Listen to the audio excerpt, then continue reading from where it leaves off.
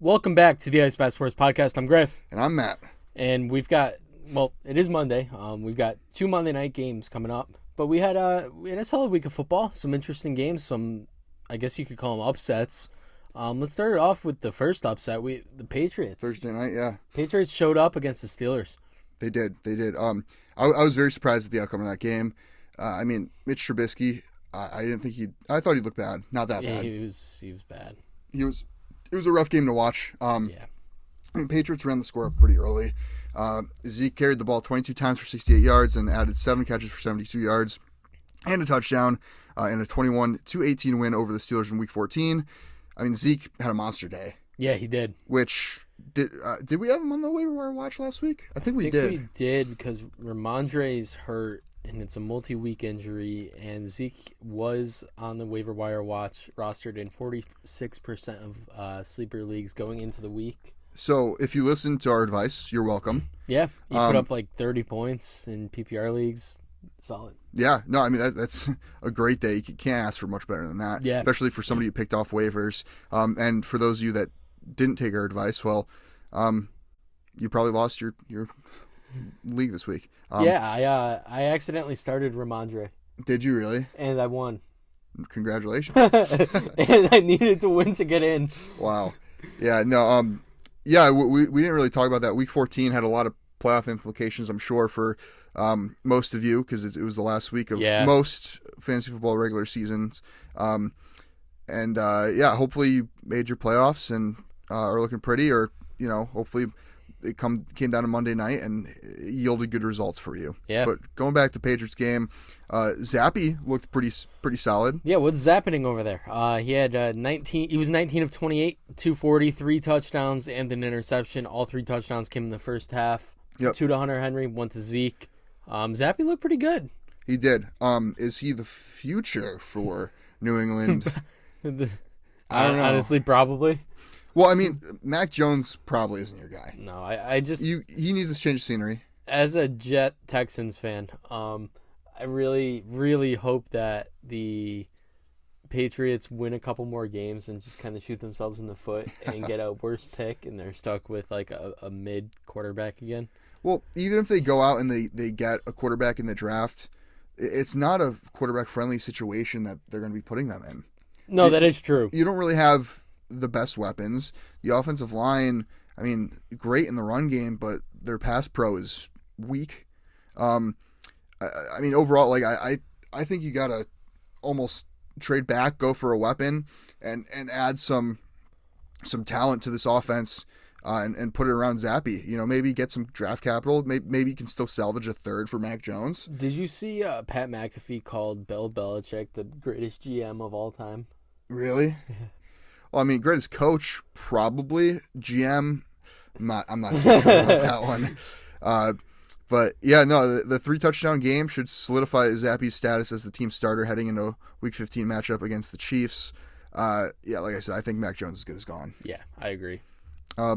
But more upsets. Yeah, moving on to more upsets. One that really, really surprised me was Chicago. Yeah. They crushed Detroit. Yeah, they look good.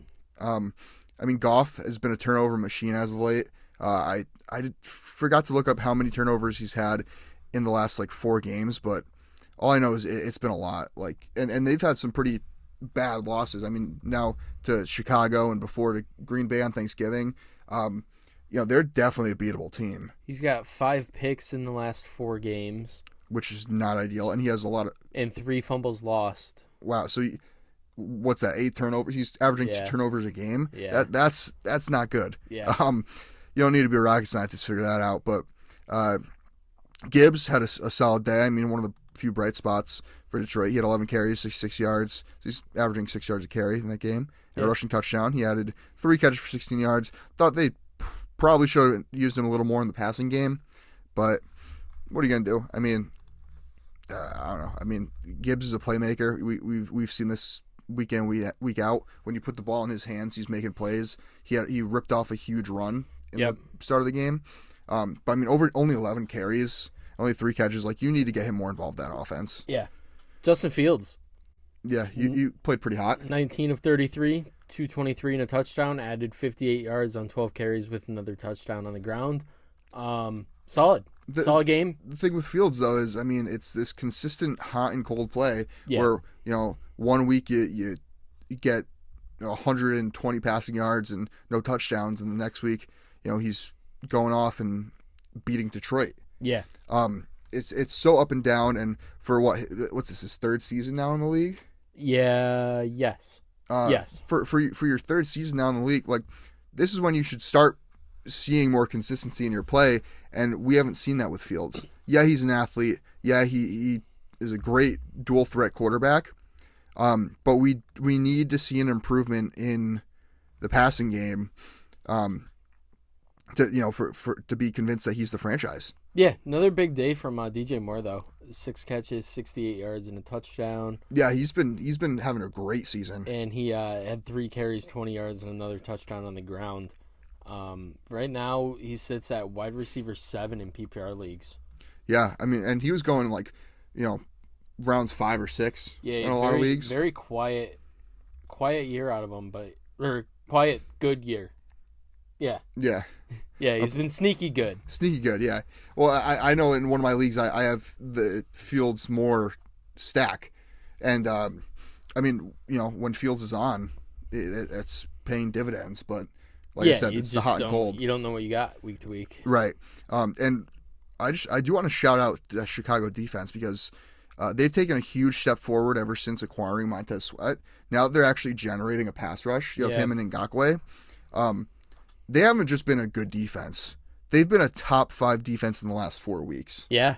They're number 5 in the last 4 weeks, but it just goes to show how important the pass rusher position, edge rusher position is to a defense. When you can generate a pass rush, the rest of your defense is going to play better. No, I agree. Moving on, we have a Bengals-Colts game. Bengals dominated the Colts. I mean, Mixon looked good. He's been talking about another guy that's having a sneaky good year. Yeah, Joe Mixon is having a very sneaky good year. Their other running back, Chase Brown, 8 carries, 25 yards. Okay. 3 catches, 80 yards, and a touchdown. Yeah, well, a lot of those yards came on that one big receiving touchdown. 54-yarder, but, he was just activated off IR either last week or the week before. Yeah, last week he was. But, I mean, his shout out Sidney Brown, his brother, safety for the Eagles. That's his brother? Yeah. Oh, I didn't know that. Yeah, a couple Canadian bros from up north. Interesting. But yeah, no, I mean, Chase Brown, was he a 5th-round pick or something? Like he was pretty slept on, and he was a playmaker in college, and it looks to be that he's a playmaker in the NFL as well.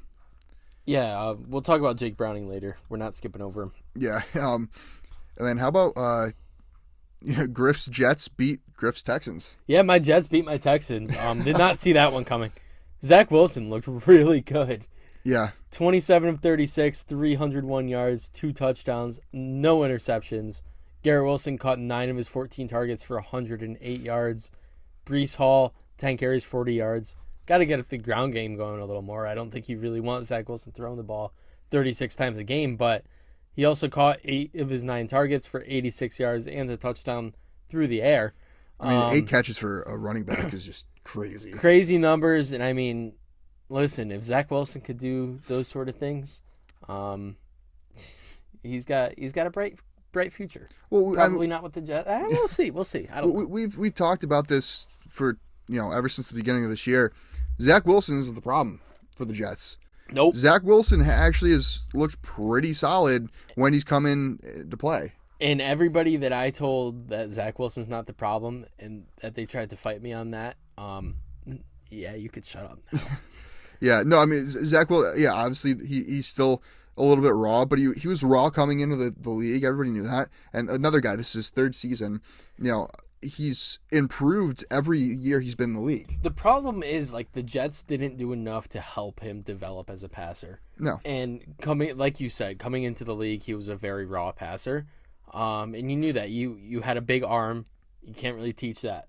Check that off. I think his decision-making was the biggest thing, and he's looked improved this year with his decision-making.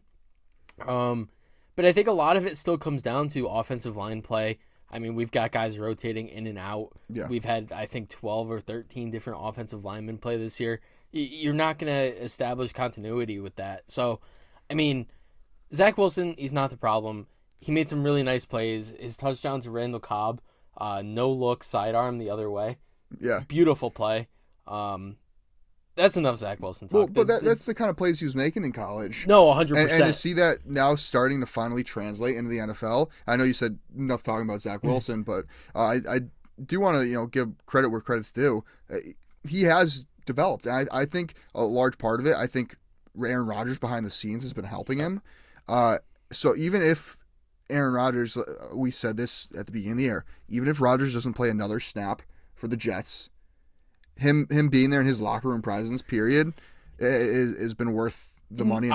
I completely agree, and I do want to give a shout out to Nathaniel Hackett. I mean, I've trashed on him all year, rightfully so, but it was a solid game out of the offense. And you gotta build on that moving forward. We got a really tough matchup against the Dolphins. But yeah, I mean, big win. Also doesn't help that for the Texans that Nico Collins left with a calf injury very early in the game. Yeah. I mean, but your defense just absolutely locked up Stroud. They lock up every quarterback they play. Yeah. I don't think a quarterback has thrown for over 200 yet. Or maybe there's been one. I think it might have been one. Yeah. Like beginning of the year. But yeah, no, I mean, you guys are in an interesting scenario because as your record doesn't really reflect your team's position. Like going into next year, you're going to be back up to being a playoff contender, maybe even a Super Bowl contender. Because you're going to get healthy on that offensive line. Yep. You're going to get Aaron Rodgers back. You're probably going to add some weapons. Yeah, add some weapons. Yep. And that defense, the defense is top in the league. Yeah. But yeah, enough about the Jets. I think they're in a lot better position than a lot of people think. Yeah, I know, and I do think that's just a big win against a really good team. Yes, for sure. And how about the game of the year? The Vikings Vegas. Yeah, really good game. Yeah, ended in 3-0 Vikings. Lowest scoring NFL game since 2007. Wow. Josh Dobbs was 10 of 23 for 63 yards, 5 carries for 21 yards, and he was benched for Nick Mullins. In the fourth quarter, Mullins led Minnesota to their only scoring drive, 56 yards, and their only trip to the red zone set up a 36-yard Greg Joseph game-winning field goal. That game was rough to watch. With Dobbs' poor numbers in the last 2 weeks, Mullins is probably going to get the start against the Bengals in Week 15. Yep. I don't think you could go back to Dobbs after that. No, I mean, it's tough because this is following Dobbs' 4 interception performance. Yeah. I mean, I think the shine's finally worn off with him. I agree. The Pastronaut needs to. We need to retire that name because he's no longer the Pastronaut. But it's also worth noting that Justin Jefferson went down very early in the game with a chest injury. This is right after fantasy managers just got him back after the whole hamstring issue.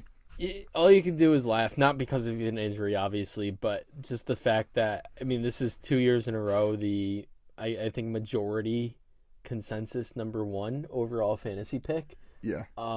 It's just absolutely nothing.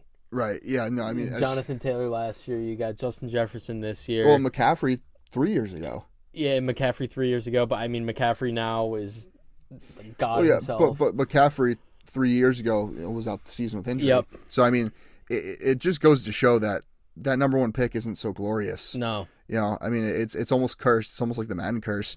Yeah. But yeah, I mean, Justin Jefferson before he had the hamstring injury was playing great, and now I mean he can't stay healthy. They said he avoided serious injury with the chest injury. We'll see if he plays next week. But a lot of you, if you ended up making the playoffs and you have Justin Jefferson, you're probably hoping he does play, or hoping that they're at least clear and obvious about his status, because you don't want to be left with that questionable tag all week and it come down to do I play an injured Justin Jefferson or Do I, play backup? Rice. Yeah, backup receiver like Rashee Rice. Well, if you have Rashee Rice, you probably should be playing him every week at this point. But speaking of Rashee Rice, let's jump over the Bills Chiefs game. Yeah, Patrick Mac Jones is very unhappy. Bills served Chiefs an L. If you have not seen already, Mahomes very upset with the outcome. Shout out Kadarius Toney. Yeah, man. How do you line up offsides as a receiver? And Mahomes' whole argument too was that the officials are supposed to let the receiver know if they're offsides. To which the NFL officiating crew responded with, "That is only if the receiver looks in their direction." Yeah. So if the receiver, they're not going to go out of their way and be like, "Yo, you're offsides." Right. But all Kadarius Toney had to do was turn his head. Yeah. And this whole problem could have been fixed. This epic play could have won the Chiefs the game, but no. The official called that offsides and negated what would have been an amazing play from Kelsey. Oh my God! But when I saw Kelsey go to throw the ball, he threw a tight spiral. It was a perfect throw, dotted him up. Kadarius Toney caught the ball. Well, Travis Kelsey would win his entire life for that moment. He's waited his entire life for that moment, but when he looked over and saw it was Kadarius Toney, I bet he had to cringe a little bit. Yeah. Didn't know if he was going to catch the ball. Right. But the way Mahomes has kind of handled the entire situation since it happened, he didn't congratulate Josh Allen. He went to go over like he was about to congratulate, and he just complained. Yeah. That, for 15 straight seconds, that was a horrible call, this and that. Which, I get it, but at the same time, we talked about it earlier this year, how many games have the Chiefs been handed? They've been bailed out by the officiating. The Jets. Yeah, they've been bailed out countless times with similar calls.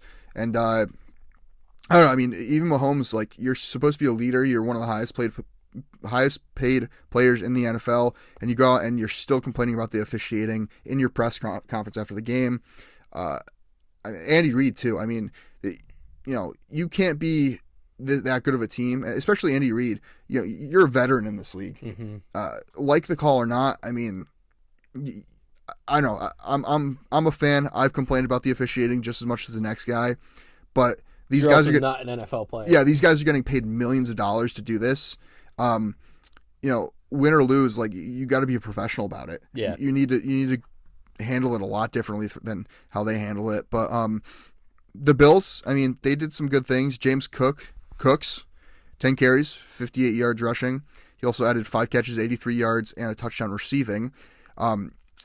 This is something we haven't talked about yet, but he's broken out since Joe Brady took over play calling in Buffalo. Yeah. I believe he's gone over 100 scrimmage yards in the last, 4 games? James Cook has been cooking. He looks like a workhorse back. Yeah, no, he does. 100%. And he can do it all. I mean, he's solid in pass pro. He, can catch the ball, as we saw, 5 catches, 83 yards, and a touchdown. And he's also not a bad running back. 6 a carry. Yeah. So, I mean, he's having a nice little year. He's starting to put himself together. And, all it took was Joe Brady to take over the play calling. Yep. And I think that goes for all of the Buffalo offense. But, and despite the loss, Rashee Rice, like we said, had another big day. 7 catches, 72 yards, and a touchdown. He's somebody that you got to start getting in your lineups every week. Yep. I mean, the one league I do have Rashee Rice in, though, I have Justin Jefferson, Amon St. Brown, Mike Evans, and Cortland Sutton. So it's hard to get him in that lineup. But, if you're a weak at receiver, Rashee Rice has probably been a saving grace for you. Yep. And then your Eagles continue a losing skid. Yeah. I expected that. If you listened to the pod last week, I picked against them. Not because I wanted the loss. I generally thought we were going to lose, and we did. They lost the second straight game as they fell to Dallas 33-13. It's tough, man. You've had this gauntlet of a schedule. We've talked about it for the last several weeks, and you're starting to feel the effects of it. Dallas is a really good team. The offense continued to struggle. Philly went into this game They ended this game without an offensive touchdown. That was the first time since the 2019 wildcard game. Really? Yep. Yeah, so I mean, the fact that you have one of the quote-unquote best offensive lines in the league, you have one of the best receiving duos in the league, you just got Dallas Goedert back, and Jalen Hurts is supposedly an MVP candidate, and you can't even put an offensive touchdown on the board. That is a big problem. I don't know whether that, the blame falls on our coaching, on Hurts, on just the entire offense in general. I personally think it's a coaching issue, but something's got to give soon. Yeah. The playoffs are coming. You're 10-3 now. You're tied with Dallas and the San Francisco 49ers. That first round bye in the playoffs is huge. And also a home field advantage. So you got to fix this quick. Jalen Carter did make a solid play. He had the fumble recovery for a touchdown, the only touchdown the Eagles had all game. Moving on to the Cowboys side of things, Dak had a solid game as well. He was 24-39, 271 yards and 2 touchdowns passing. Lamb, another efficient day, 6 catches, 71 yards and touchdown. Strap Gilmore was also all over the field making plays on defense. I don't know. I'm not as upset about losing to Dallas as I was to the 49ers. I'd rather be 1-1 against them going into the playoffs rather than the 2-0, just because it is near impossible to beat a team 3 times in the same year. But I do think these two teams will meet again in the playoffs, probably the conference championship. That or the wild card, or not the wild card, the divisional. Who knows? But hopefully it's a different outcome that time. That wraps it up. Yeah. Time to move on to our Week 15 picks. Yeah, Week 14 results. I went 6-7. You went 7-6. I am now 129-76 on the year. You are 117-74 on the year. We still have the 2 Monday night games to play because we're recording this on Monday. This goes out on Tuesday, so you'll know before we do the results of these games. Still got Tennessee at Miami and Green Bay at the Giants left to play. Yeah, and I believe we both picked Miami and Green Bay, correct? Yeah, I think so. I mean, It'd be pretty crazy to pick the other way. So, but with our track record of Monday night picks, Giants big win and Tennessee upset. Yeah. Kicking us off on Thursday night, you have the Chargers at Vegas. Justin Herbert, I believe it was just announced that he's probably not likely to play with such a short turnaround. Yeah, it's on his right hand now. The original injury was on his left, correct? This is a separate finger. I'm not sure. I think he had a finger injury on the left hand, and now he's got the fractured finger on the right. I'm pretty sure that's what it is. Just very unlucky. Not good. Chargers are gonna stink. Yeah, I mean, well, they already do stink. They already stunk, with Herbert. Now without him, the best player on your team, second best. Khalil Mack's been playing out of his mind. Keenan Allen too. Keenan Allen's pretty good, yeah. I mean, Vegas at home. Yeah, Vegas at home for me too. Even though they just put up a goose egg against Minnesota. Yeah, Easton Stick is not coming out and winning this game, I don't think. I do not believe so. And then we have a few Saturday games. Yeah, 3 Saturday games. Actually, some good ones too. Yeah, speaking of Minnesota, we have Minnesota at Cincinnati. Yeah, I think it's another win for Cincy. I do too. I mean, if Jake Browning can come back and play, which he came back in that same game, so he should be fine. Yeah. I mean, he looked really good. I don't know if it's just like the system of that offense, but yeah, he's no Joe Burrow. Don't get me wrong, but they've been doing good enough, and that run game has really come alive. Yep. In Minnesota, I mean, you can only put up 3 against Vegas. They have a huge hole at the quarterback position. Yeah, they do. I mean, Nick Mullins rolling out there. That Cincy D isn't really that bad. I got to go Cincy. Yep, me too. Pitt at Indy. I'm gonna go. This is tough. Indy got smoked. Pitt just lost to New England. Yeah, sorry. No, you're good. No, I'm leaning Indianapolis at home. Me too. I mean, Pitt. Well, is Jonathan Taylor going to be playing? T.J. Watt's in concussion protocol. So without Watt, that defense that's a huge hit to that defense. I think that Michael Pittman Gardner Minshew connection has been on fire this year. Yeah, it looks like Taylor's still going to be out. Yeah, when Zach Moss has been very Come on, man, you don't inefficient. run with your hands. Yeah, don't get me started. Just play. Yeah, I mean, Pitt they've struggled on offense. Indy hasn't. So Yeah, I'm gonna Indy. go Indy. I think it'll be a close game. Probably low scoring game. I'm gonna go Indy though. Yeah, and then the third Saturday game is Denver at Detroit. This should be a great game. Yeah, this is Detroit coming off a huge loss. Denver coming off a win against Vegas. I'm gonna go Detroit at home though. Yeah, I like Detroit to bounce back in this one.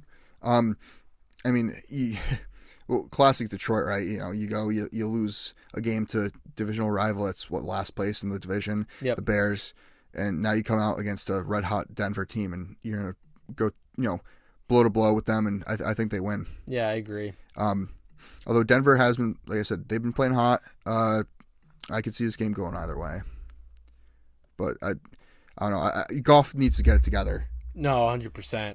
And some of the play calling too. I mean, Dan Campbell, what used to be, ballsy and, very questionable play calling, but was going in Detroit's favor. Everybody was praising Campbell for, but now I think we got to start having the conversation of he's still having this questionable play calling, but they're not going their way. But it's not going their way. I think we need to start having that conversation of, Dan Campbell might not be as great of a coach as people are saying. He's taking a lot of risks. Yeah, the point I'm trying to get at. And I mean, as a team, you can't really take that many risks because you're just going to lose your games.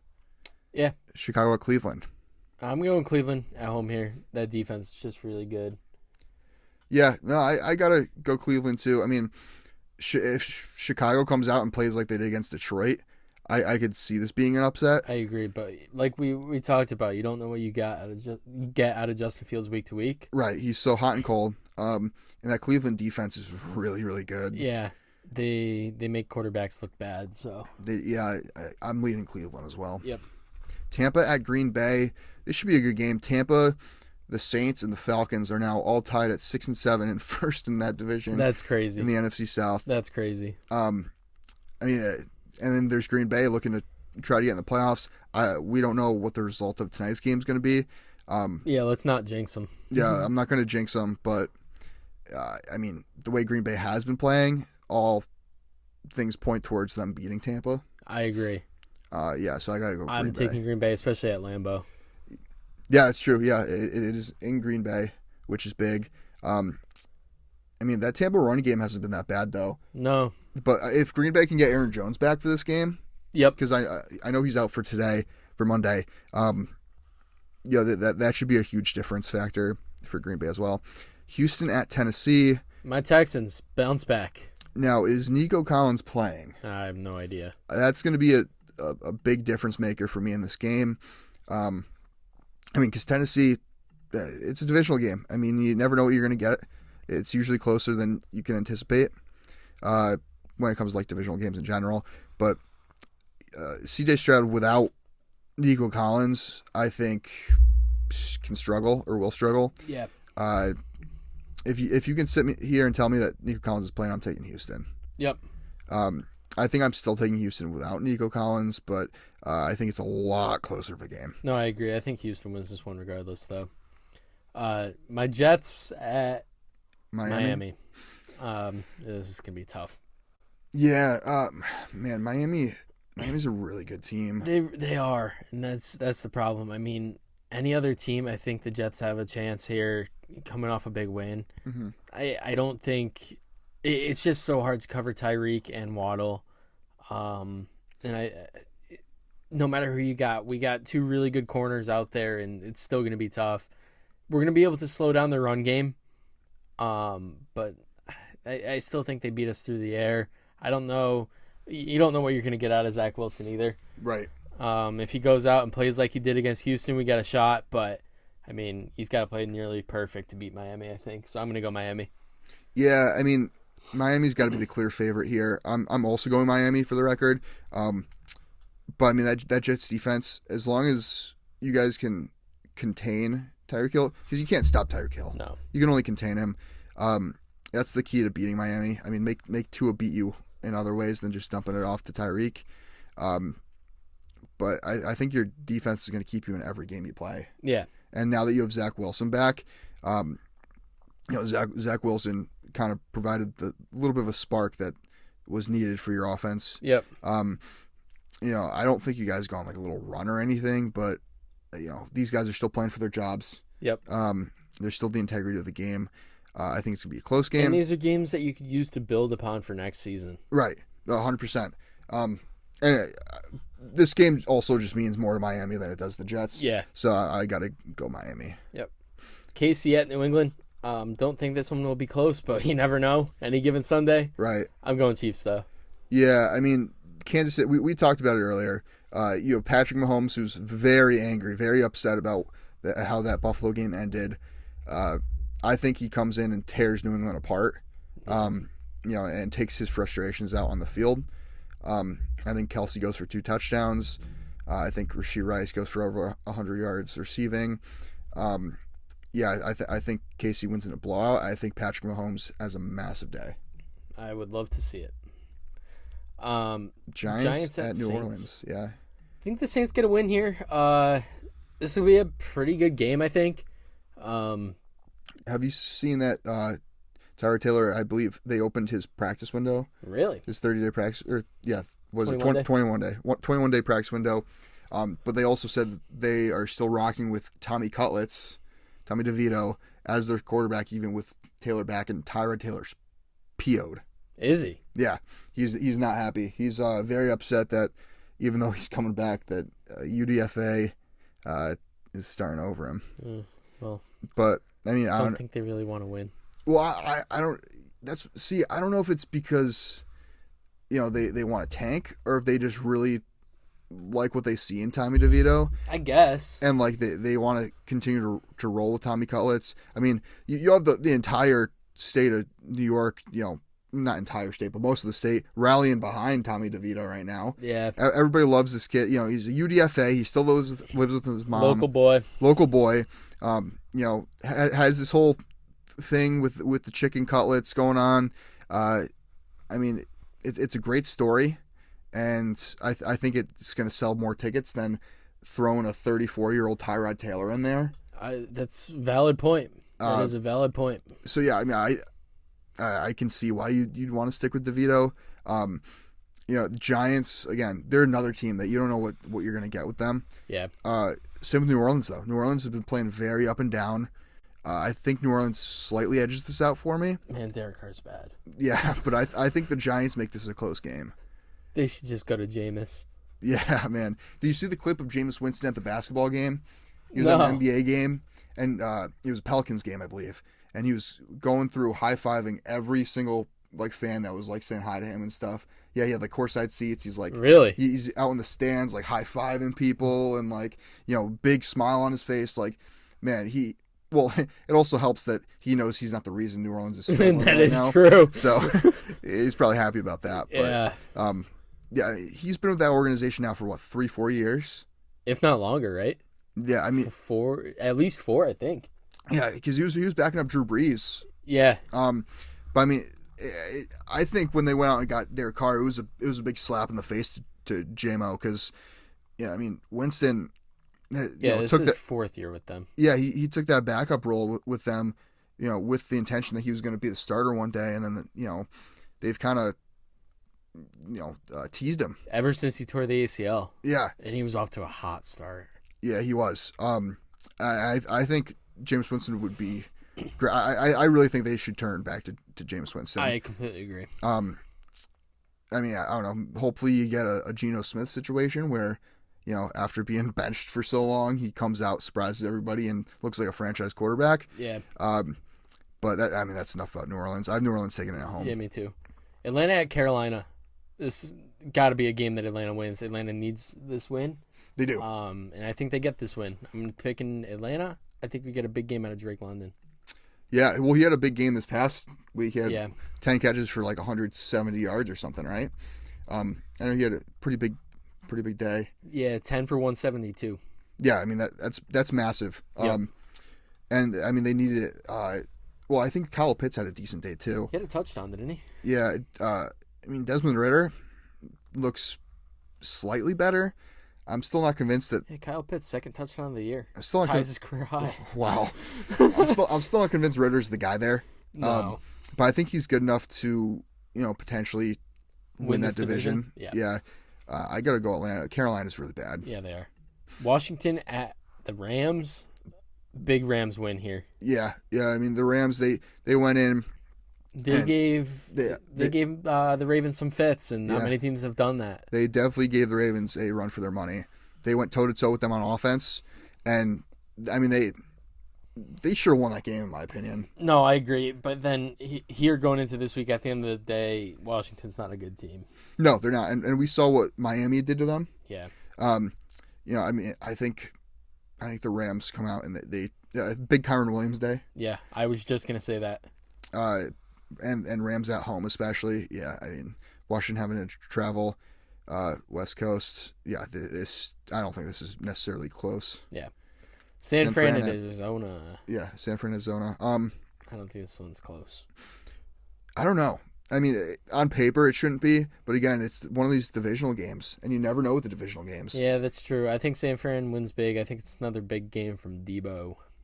Yeah, I mean, Debo's been hot lately.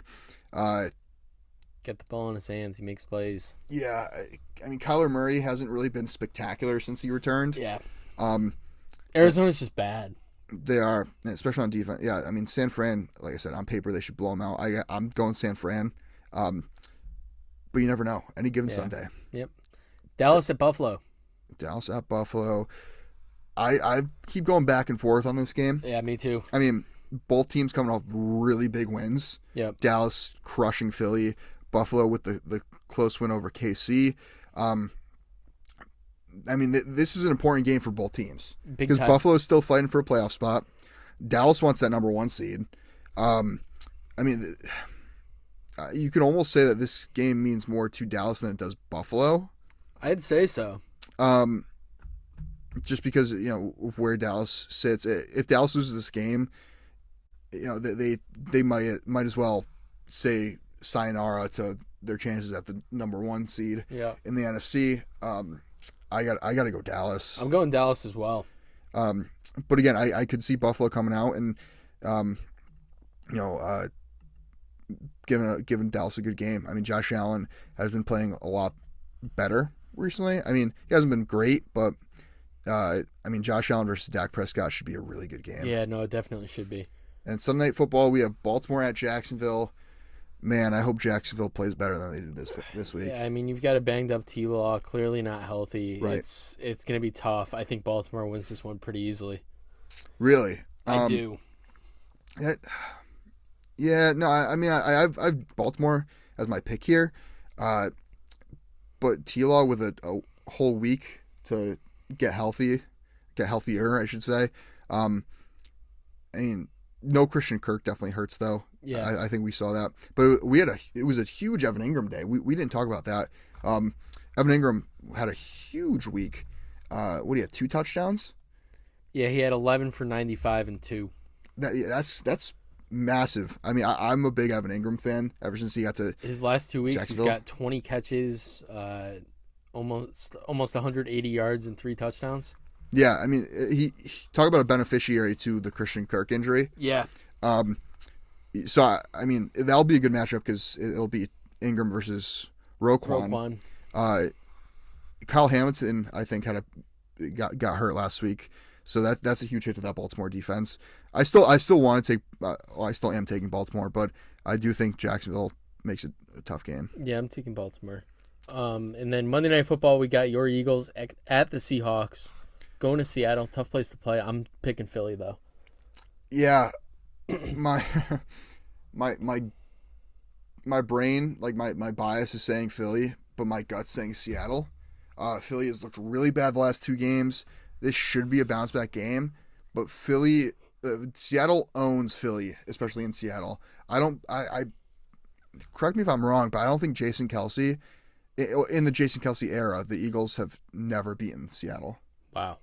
I mean, that's something you got to look up on StatMuse or something, but yeah, no, I know, or we have like 1 win against them or something, but it's hard. It's tough to play in Seattle.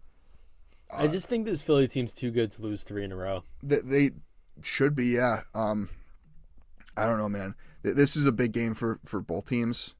But again, coming down to the Dallas-Buffalo game, same thing.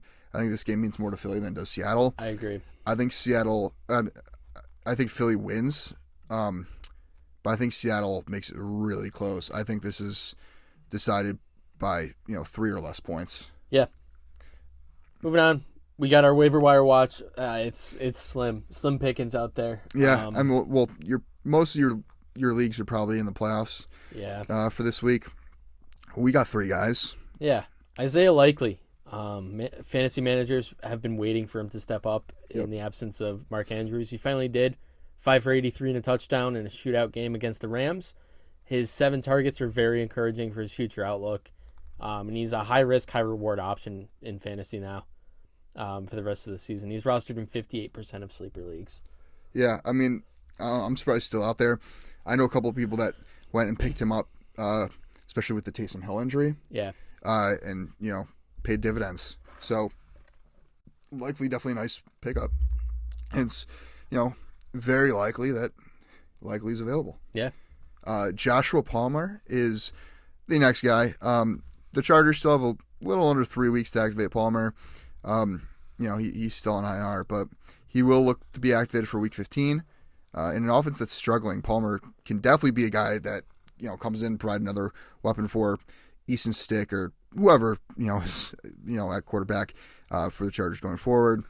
He is only rostered in 36% of sleeper leagues, and on the season has 23 catches, 377 yards, and a touchdown while missing the last 6 games. So this is definitely a little bit of a stash. Throw him on your bench. Yeah.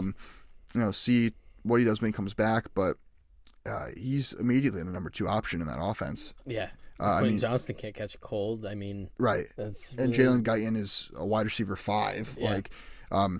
And Palmer, we've seen flashes over the last couple of years with him. He's never really, fulfilled much more into that receiver 2 role, but he can be serviceable. So I'd say he's worth picking up.